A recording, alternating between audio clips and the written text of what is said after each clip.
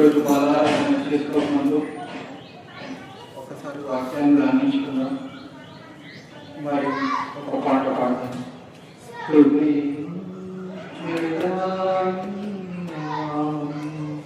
దేవా అనుదినం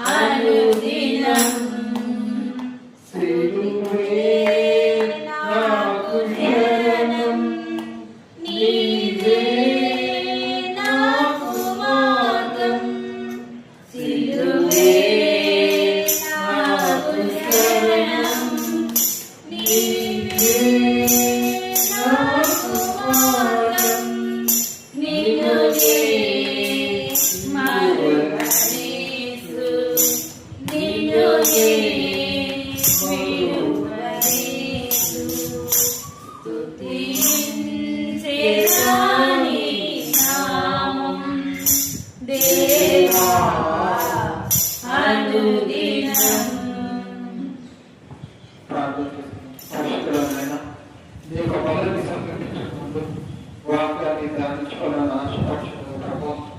నాతో మాతో మాట్లాడమని అడిగిన తండ్రి, ఈ వాక్యం ద్వారా ప్రభా మమ్మల్ని దర్శించమని అడిగిన తండ్రి, ఈ వాక్యాన్ని ధ్యానించుకుంటా నాతో మాతో మాట్లాడి ప్రభా మీ బలుల ప్రభా పాల్గొన్నప్పుడు మీ నిరంతర శక్తి బలము మాకు దయచేయమని నజరేయుడైన యేసు నామమున అడిగినాము తండ్రి, ఆమేన్.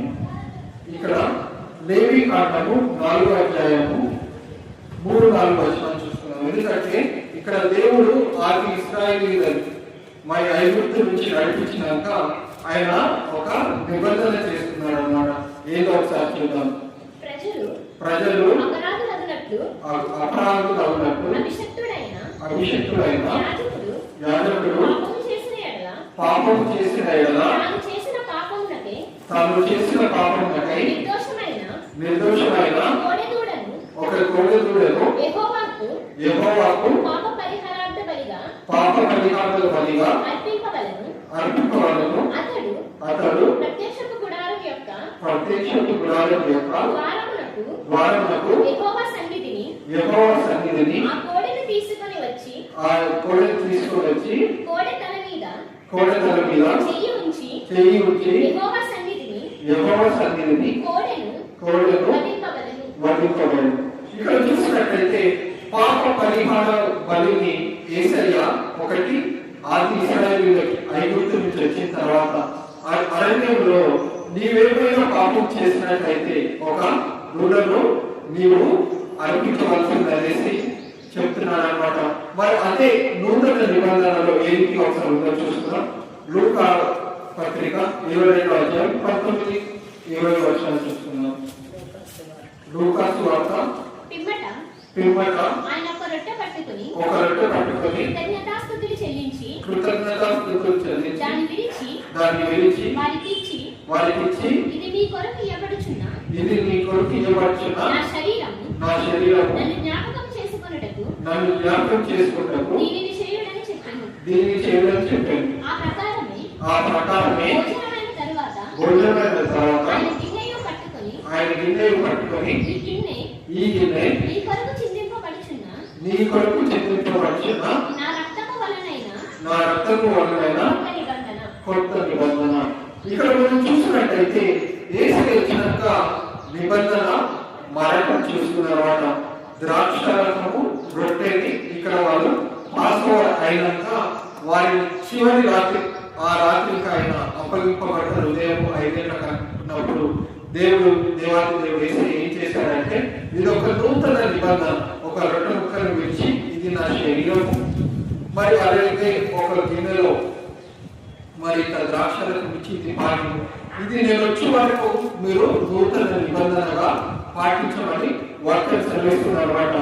మరి యేసయ్య నిన్ను నన్ను ఎన్నుకున్నాడో లేదో ఒకసారి చూసుకుందాం. యోహాను 15:16 ఒకసారి చూసుకుందాం. నేను 15:16 మీరు నన్ను ఏర్పరచుకోలేదు 15:16 మీరు నన్ను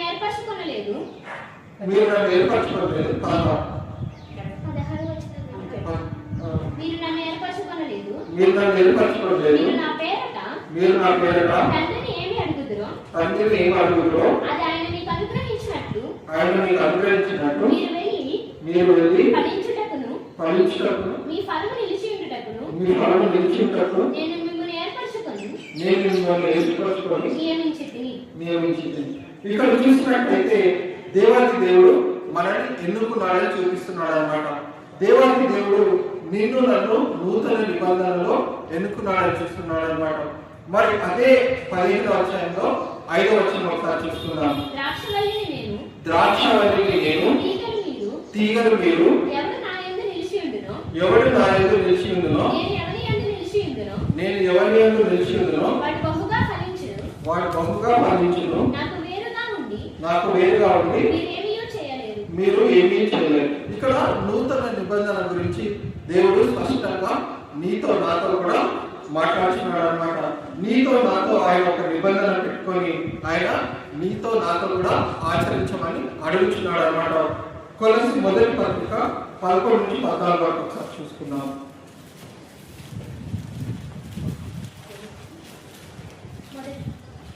మొదటి అధ్యాయము 11-14. అందుచేత ఈ సంగతి వినిన నాటి నుంచి మేము మీ నిమిత్తము ప్రార్థన చేయటం మానక మీరు సంపూర్ణ జ్ఞానమును ఆత్మ సంబంధమైన వివేకమును గలవారు ఆయన చిత్తమును పూర్ణంగా గ్రహించిన వారిని ప్రతి సత్కార్యంలో సఫలులగుచు దేవుని విషయమైన జ్ఞానమందు అభివృద్ధి పొందుచు అన్ని విషయములలో ప్రభువును సంతోషపెట్టునట్లు ఆయనకు తగినట్టుగా నడుచుకునవాలని ఆనందంతో కూడిన పూర్ణమైన ఓర్పును దీర్ఘశాంతమును కనపరిచినట్లు ఆయన మహిమా శక్తిని బట్టి సంపూర్ణ బలముతో బలపరచబడవలెనని తీర్థవాసులైన పరిశుద్ధుల స్వాస్థ్యంలో పాలువారమగుటకు మనలను పాత్రలుగా చేసిన తండ్రికి కృతజ్ఞతాస్తుతులు చెల్లుకోవాలని దేవుని బతిమాలుచున్నాం. ఇక్కడ యేసయ్య తండ్రిని బతిమాలుచున్నాడు అన్నమాట. అయ్యా వీరి యొక్క నిబంధనని మీరు జ్ఞాపకం చేసుకోండి, వీరి యొక్క పాపాలని క్షమించండి అనేసి మాట్లాడుతున్నాడు అన్నమాట. ఆయన యొక్క నిబంధనలో ఆయన మృత్యుని జయిస్తున్నాడు అన్నమాట. ఏ రీతిగా జయించాలో ఒకసారి చూస్తున్నాం. మొదటి కొలసి 15:54-57 చూస్తున్నాం. 15వ అధ్యాయం 54వ వచనం నుంచి 57వ వచనం. ఈ క్షయమైనది అక్షయతను ధరించుకున్నప్పుడు ఈ మధ్యమైనది ఈ అమర్త్యమైనది అమర్త్యతను ధరించుకున్నప్పుడు విజయమందు మరణము మృంగివేయబడును అని రాయబడిన వాక్యం నెరవేరును. ఆయన రాయబడిన వాక్యం నెరవేరును. ఓ మరణమా నీ విజయం ఎక్కడ? ఎక్కడ? ఓ మరణమా నీ ముళ్ళు ఎక్కడ? మరణపు ముళ్ళు పాపమునకున్న బలము ధర్మశాస్త్రమే. ఇక్కడ చూసినట్లయితే మరణాన్ని దేవుడు జయించాడని స్పష్టంగా చెప్తున్నాడు. పాపములకు ఉన్న బలమైన ఇది ఏంటి అంటే మరణమే. పాపము మనం చేసినట్లయితే మరణదండము మనము ఎదుర్కోవాల్సింది. కానీ ఆ యొక్క మరణదండము నీవు నేను ఎదుర్కోవాలి అంటే ఈ యొక్క నూతన నిబంధన ఆయన శరీరంలో ఆయన రక్తంలో మనము పాటించవలసిందన్నమాట. ఆ రీతిగా దేవుడు నీతో నాతో కూడా మాట్లాడాలని, నేను నన్ను రక్షించాలని ఆశపడుతున్నాడన్నమాట. ఆయన సన్నిధిలో మనం మొదలుపెట్టినప్పుడు ఆయన మనకి ఉత్తరం ఇచ్చే దేవుడు. 2 Timothy 4:18 ప్రభువు ప్రతి దుష్టాన్ని గురించి నన్ను తప్పించి తన పరలోక రాజ్యమునకు చేరునట్టు నన్ను రక్షించు. యుగజీవములు ఆయనకి మహిమ కలుగును గాక. ఆమేన్. ఇక్కడ చూసినట్లయితే యుగ యుగములో కూడా ఆయనకి మహిమ కలగాలని నీతో నాతో కూడా దేవానికి దేవుడు ఒక నూతన నిబంధన చేస్తున్నాడు. మనము వారంతా ప్రార్థించవచ్చు, అయ్యో ఈ బల్లారాల దినం అని. కానీ శనివారం దినం కానీ ఆదివారం సన్నిధికి రాకముందు సాతానుడు ఏం చేస్తాడంటే ఇంట్లో ఒక చిన్న కొట్లాట పెట్టి నీ మనసు అంతా దుఃఖంతో అప్పుడు ఏం చేస్తున్నాడంటే సాతానుడు నీవు ఆ యొక్క బల్లారాలలో పాల్పొందకుండా దేవానికి దేవుడు తిరిగి నీ యొక్క పాపం ఒప్పుకోకుండా నీ యొక్క మనసు అంతా పాటు చేస్తాడు. కానీ దేవానికి దేవుడు ఏమంటున్నాడంటే వారిని కూడా ఆ బలంతో క్షమించి నీవు నాకు ప్రార్థించేవారు అడుగుతున్నాడు అన్నమాట. నీవు నేను మొదలుపెట్టినప్పుడు ఉత్తరమించే దేవుడు, నీవు నేను బలహీను అని దేవానికి దేవుడికి తెలుసు. అంటే 5 ఒకసారి చూసుకున్నాను.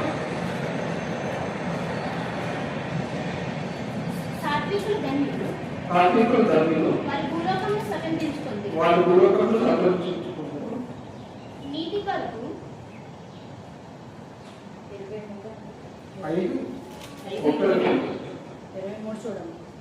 8వ వచనం కదా. హృదయశుద్ధి గలవారు ధన్యులు వారు దేవుని చూచెదరు. సమాధానపరిచేవారు ధన్యులు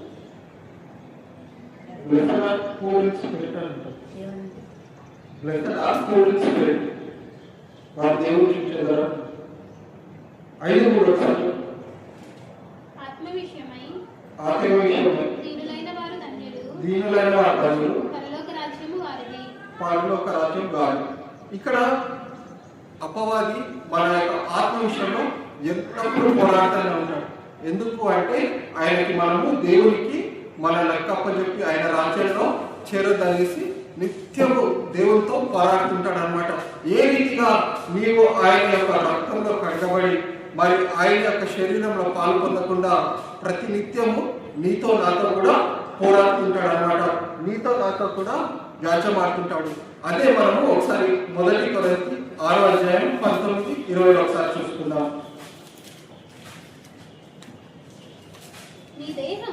మీ దేహము దేవుని వలన అనుగ్రహింపబడి మీలోనున్న పరిశుద్ధాత్మకు ఆలయమై ఉన్నారని మీరు ఎరుగరా? మీరు మీ సొత్తు కాదు, విలువ పెట్టి కొనబడిన వారు కనుక మీ దేహంతో దేవుని మహిమపరచుడి.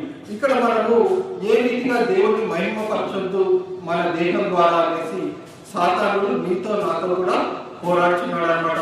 మన యొక్క నూతన నిబంధన మనము దేవుని ఎదుట ఇచ్చేసుకోకముందు మనము ప్రార్థన స్వరంగా సిద్ధపడి మరి ఈ యొక్క బల్లలో సిస్టర్ గారు మనం నడిపిస్తారు. మనము ప్రార్థన చేసుకుందాం. పరిశుద్ధులైన నాతో మాతో మాట్లాడడానికి వందనాలు ప్రభా. మా యొక్క శరీరం కూడా మీ సన్నిధిలో అర్పించాలని మీ యొక్క వాక్యం రాస్తుండగా మేము బల్ల కార్యక్రమంలో ప్రభా పాల్గొంటుండగా నీ యొక్క ఆత్మీయ మమ్మల్ని నడిపించే కృపను అనుగ్రహించమని నజరేయుడైన యేసు నామములో నడిపించున్నాము తండ్రి. అపరాధిని యేసయ్యా కృప చూపి బ్రోవయ్యా. అపరాధిని యేసయ్యా కృప చూపి బ్రోవయ్యా. నే గమనించదై నీ కృపలో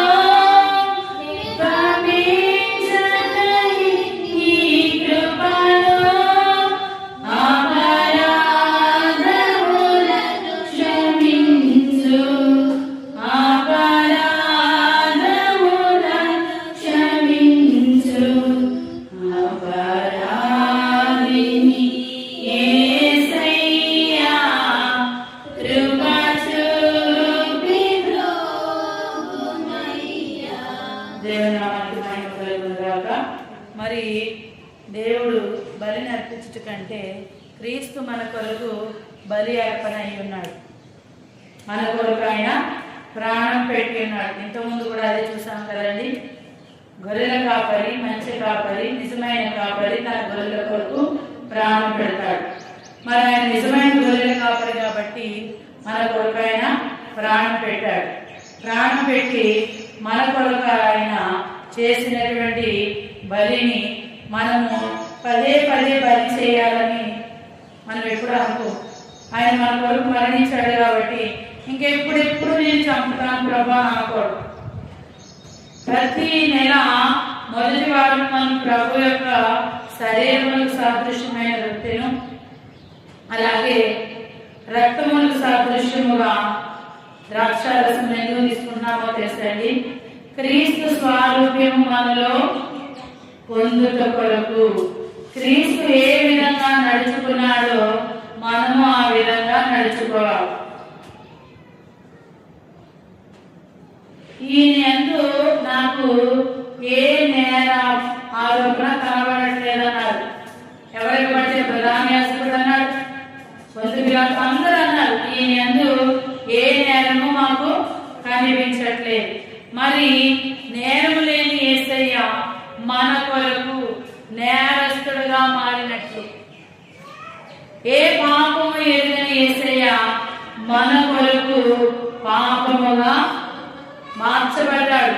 పాపము మనని, మన పాపములను ఆయన కలువరి శిలువలో బలియకు నిజముగా ఆయన ముఖము మీద ఉమ్మి వేసిన తుడుచుకున్నాడట. ఆయన్ని వెనుక నుంచి కొడుతూ నేను ఎవరు కొట్టాలో చెప్పన్నా కూడా ముఖములో చిరునవ్వునే చూపించాడు. క్రైస్తవులుగా ఉన్న మనం ఒక మాట పాడుతున్నప్పుడు ముఖంలో సంతోషం ఉండదు, ఒక నవ్వు ఉండదు, ఏముండదు. ఎప్పుడు చూసినా సీరియస్ గానే కనిపిస్తాం. ఎందుకండి?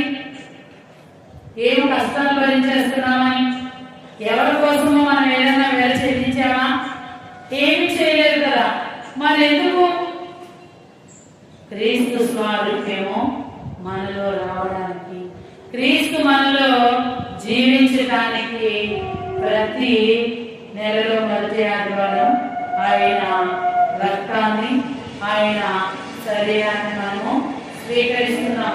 మనం ఏదైనా అబద్ధం ఆడాలనుకో, యేసయ్య నాలో ఉన్నాడు. ఎఫెసీ పత్రిక 3వ అధ్యాయం 15వ వచనంలో మీరు అంతరంగ పురుషుని శక్తి కలిగి ఆయన ఆత్మ వలన బలపరచబడినట్లుగాను క్రీస్తు మీ హృదయంలో విశ్వాసము ద్వారా నివసించినట్లుగాను తన మహిమైశ్వర్యము చెప్పున మీకు దయచేయవలనని. ఎలా ఉండాలంటే ఆయన మనలో విశ్వాసము ద్వారా అంటే ఏంటి? రొట్టె తీసుకుని రవ్వ ఇది నీ శరీరములకు సాదృశ్యం, అంతేగాని ఇది ఒక రొట్టె ముక్కలను తినకూడదు.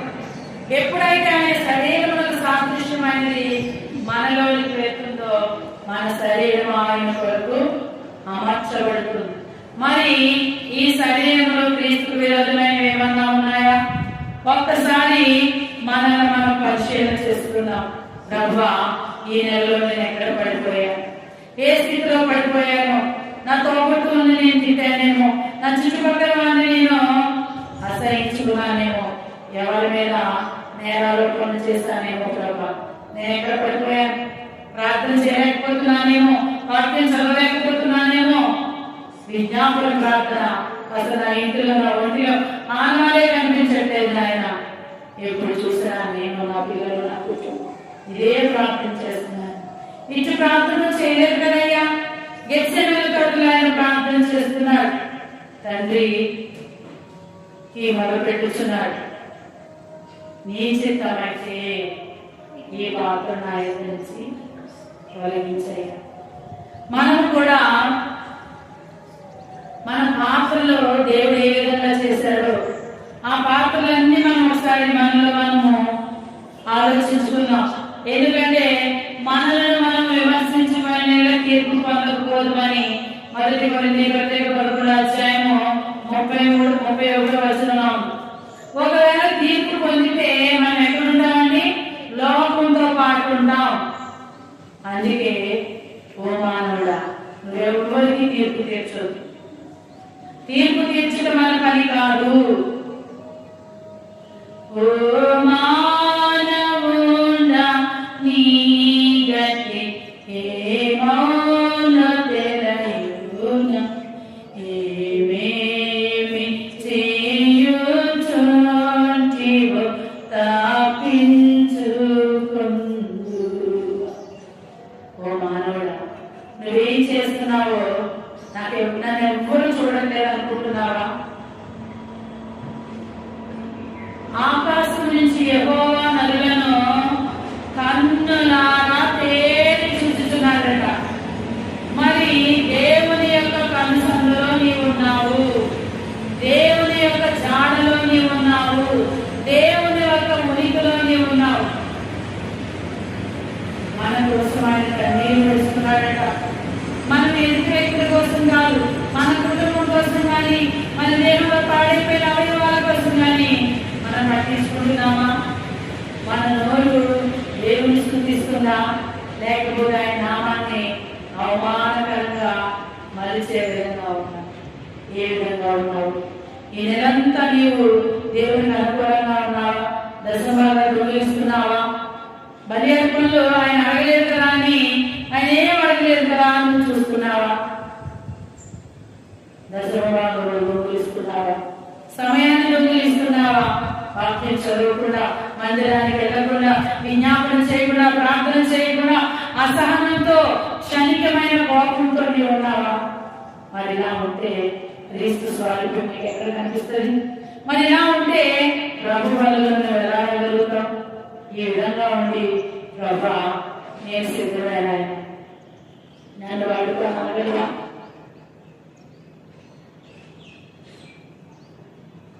మనం పరిశీలన చేసుకున్నాం. ప్రభా నీవు నన్ను జ్ఞాపకం చేసుకోవాలి. నా అపరాధములు బహు భయంకరంగా ఉన్నాయి అయ్యా. నీవు నన్ను జ్ఞాపకం చేసుకోవాలయ్యా. ఈ నెలంతా నన్ను భద్రపరిచావయ్యా. దయతో నీవు నన్ను జ్ఞాపకం చేసుకోవటం. కొరింథీయులకు రాసిన పత్రిక 1వ అధ్యాయము 13వ అధ్యాయము 23వ వచనం నుంచి 31వ వచనం వరకు దయచేసి నేను చదువుతా ఉంటాను. నాతో పాటు మీరందరూ ఏకీభవిస్తూ చదవాలి. నేను మీకు అప్పగించిన దాన్ని ప్రభు వల్ల పొందితిని. ప్రభు అయిన యేసు తాను అప్పగింపబడిన రాత్రి ఒక రొట్టెలు ఎత్తుకొని కృతజ్ఞతాస్తుతులు చెల్లించి దాన్ని విడిచి, ఇది మీ కొరకైన నా శరీరం, నన్ను జ్ఞాపకం చేసుకున్నట్టుగా నేను చేయడని చెప్పాడు. ఆ ప్రకారమే భోజనమైన పిమ్మట ఆయన పాత్రలను ఎత్తుకొని, ఈ పాత్ర నా రక్తమూలమైన క్రొత్త నిబంధన, మీరు దీనిలో త్రాగునప్పుడల్లా నన్ను జ్ఞాపకం చేసుకున్నట్టుగా దీన్ని చేయడని చెప్పాడు. మీరు ఈ రొట్టెని తిని ఈ పాత్రలను త్రాగునప్పుడల్లా ప్రభు వచ్చే వరకు ఆయన మరణమును ప్రచురించురు. కాబట్టి ఎవడు అయోగ్యమో ప్రభు యొక్క రొట్టెని